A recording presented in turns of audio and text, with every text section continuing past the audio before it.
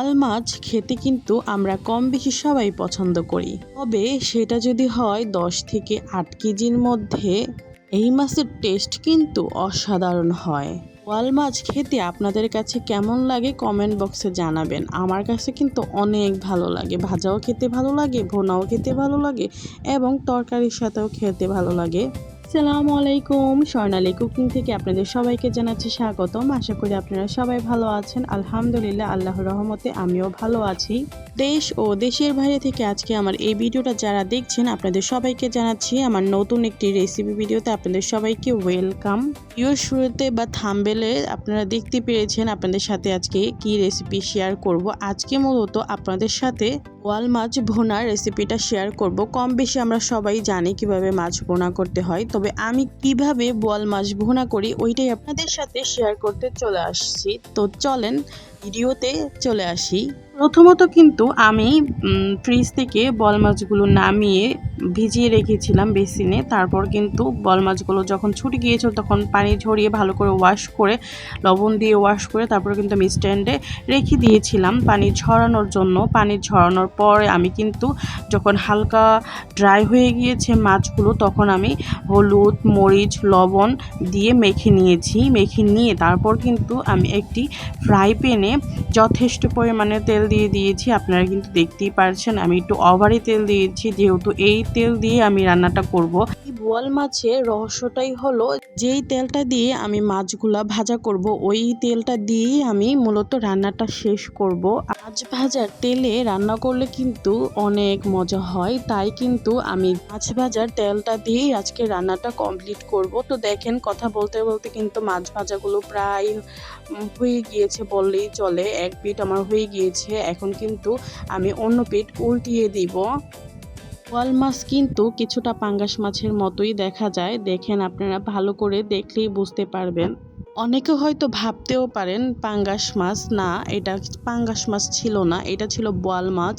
আবিদার আব্বু কিছুদিন আগে 8 থেকে 9 কেজি মেবি হবে মাছ একটি এনেছিলেন বোয়াল মাছ, তো ওই মাছটাই মূলত আমরা রান্না করেছি আজকে।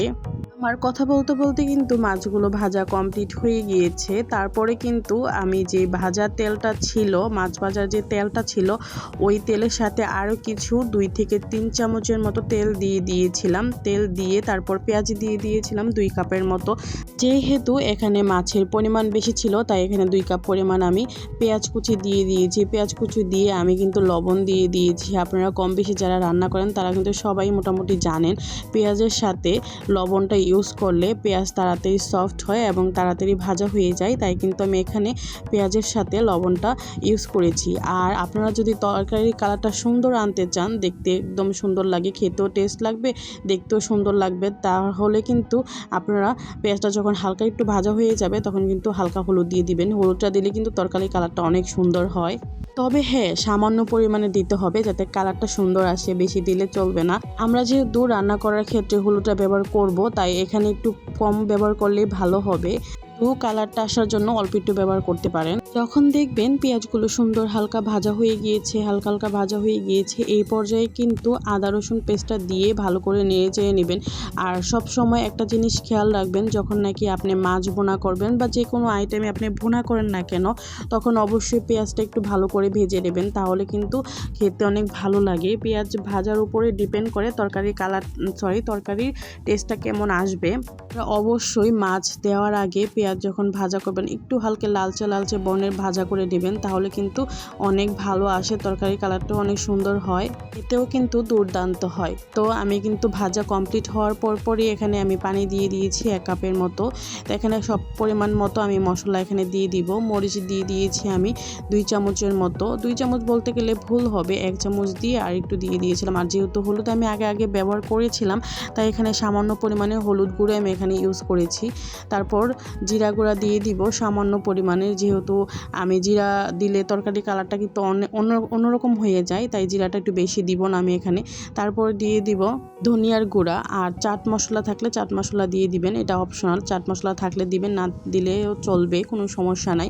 তো আমি এখানে চাট মশলা অফ ক্যামেরা দিয়ে নিয়েছিলাম। তো ভালো করে মশলাটা মিক্স করে নিয়েছি, দেখতেই পাচ্ছেন। আর আরেকটা কথা কি, আপনারা যখন যে কোনো তরকারি ভুনা করবেন, পেঁয়াজটা যখন হালকা ভাজা হয়ে যাবে, পেঁয়াজ ভাজা হওয়ার পর সাথে সাথে আপনারা মশলাটা দিবেন না। তার কারণ হলো কি, অনেক সময় পোড়া লেগে যায়, তাই একটু পানি দিয়ে তারপর দিলে কিন্তু মশলাটা আর পোড়া লেগে যায় না। তারপর কিন্তু আমি এখানে যখন হালকা একটু পানিটা শুকিয়ে এসেছিলো, তখন আমি একটি টমেটো এখানে দিয়ে দিয়েছি। টমেটোটা দেওয়ার একটাই উদ্দেশ্য ছিল, টমেটোটা দিলে কিন্তু তরকারি কালারটা একদম লাইট আসে আর একটু লালচে লালচে বর্ণের হয়। হয়তো আমরা মরিচ গুঁড়া দিয়ে লালচে বর্ণের আনতে পারতাম, বাট এটা কিন্তু তরকারিটাকে বেশি ঝাল করে ফেলতো, তাই কিন্তু আমি এখানে টমেটোটা ইউজ করি। আর টমেটোটা আপনাদের কাছে ভালো লাগলে দিবেন, যারা টমেটো পছন্দ করেন না, না দিলেও চলবে। আমার কাছে টমেটো দিলে ভালো লাগে, তাই আমি এখানে টমেটোটা দিয়ে নিলাম। টমেটো দিলেও কালারটা অনেক সুন্দর আসবে, তাই দিলাম আর কি। তো টমেটোটা দিয়ে কিন্তু আমি অনেকক্ষণ কষিয়ে নিব। দেখেন আমি কিন্তু অনেকক্ষণ কষিয়ে নিচ্ছি, সামান্য পরিমাণে একটু পানি দিয়ে তারপর আমি কিন্তু কষিয়ে নিয়েছি এখানে। আপনারা যারা ভিডিওটা দেখতে দেখতে এই পর্যন্ত চলে আসছেন, আপনাদের যদি আমার ভিডিওটা সামান্য পরিমাণে হলেও ভালো লেগে থাকে, নতুন কোনো কিছু শিখে থাকেন আমার ভিডিও থেকে, তাহলে প্লিজ অবশ্যই একটা লাইক দিয়ে দিবেন। আর আপনারা যদি নতুন হন, আমার ইউটিউব চ্যানেলটা সাবস্ক্রাইব করতে ভুলবেন না। সাবস্ক্রাইব করলে কিন্তু আমি যখন ভিডিও আপলোড করব তখন সাথে সাথে আপনার কাছে পৌঁছে যাবে। সাবস্ক্রাইব করে অল বাটনটা ক্লিক করে রাখবেন, তাহলে আমি যে কোনো সময় ভিডিও ছাড়লে অটোমেটিকলি চলে যাবে। তাই বললাম আর কি, অল বাটনটা ক্লিক করে রাখবেন সাবস্ক্রাইব করে। আর ভালো লাগলে অবশ্যই একটি লাইক দিয়ে দিবেন। আর কথা বলতে বলতে কিন্তু আমি এখানে দেখেন পানিও দিয়ে দিয়েছি, ঝোল দিয়ে দিয়েছি 2 কাপের 3 কাপ 2 কাপ 2.5 কাপের মতন দিয়ে দিয়েছি, যেহেতু এখন আমি মাছগুলো দিয়ে দিব, তাই আর কি বেশি করে দিয়ে দিয়েছি পানি। আর একটু হালকা ঝোলঝোলি রাখবো, বেশি শুকাবো না, আবার বেশি একদম পাতলাও করব না, ঝোলটা এরকম রাখবো। যেহেতু তরকারিটা বোয়াল মাছের তরকারি রান্না করতেছি, একটু হালকা ঝোল রাখলে আমার মনে হয় ভালো লাগবে। আর মাছগুলো আগে দেওয়ার কারণ হলো কি, বোয়াল মাছ কিন্তু একটু শক্ত টাইপের হয়, ভাজার পর একটু শক্ত হয়ে যায়, পাঙ্গাস মাছের মতন ওরকম নরম হয় না, তাই আগে দিয়ে দিয়েছি বলক ওঠার আগেই। আমি সব সময় চেষ্টা করি তরকারিটা বলক ওঠার আগেই মাছগুলো দিয়ে দেওয়ার জন্য, কারণ তরকারিটা বলক ওঠার আগে যদি মাছগুলো দিই, তাহলে কিন্তু মাছের পুষ্টিগুণটা তরকারির সাথে মানে মিশে যায় আর কি, তাই দিয়ে দিই। তো দেখেন তরকারি কালারটা কত সুন্দর এসেছে। আপনারা যদি চান আপনাদের তরকারি কালারও এত সুন্দর আসুক, এত ভালো আসুক বা এত মজাদার হোক, তাহলে অবশ্যই আমার রেসিপিটা ট্রাই করবেন। আর আমার কোনো কথায় যদি আপনারা কষ্ট পেয়ে থাকেন, তাহলে ক্ষমাস্বরূপ দেখবেন। আর অবশ্যই আপনারা বাসায় ট্রাই করে জানাবেন কেমন হয়েছে। তো আজকে এখানে বিদায় নিচ্ছি, সবাই ভালো থাকবেন, সুস্থ থাকবেন। আল্লাহ হাফেজ, আসসালামু আলাইকুম। Thanks for watching my video. অবশ্যই নেক্সট ভিডিওতে আবার দেখা হবে, যদি আল্লাহ বাঁচিয়ে রাখে। আসসালামু আলাইকুম।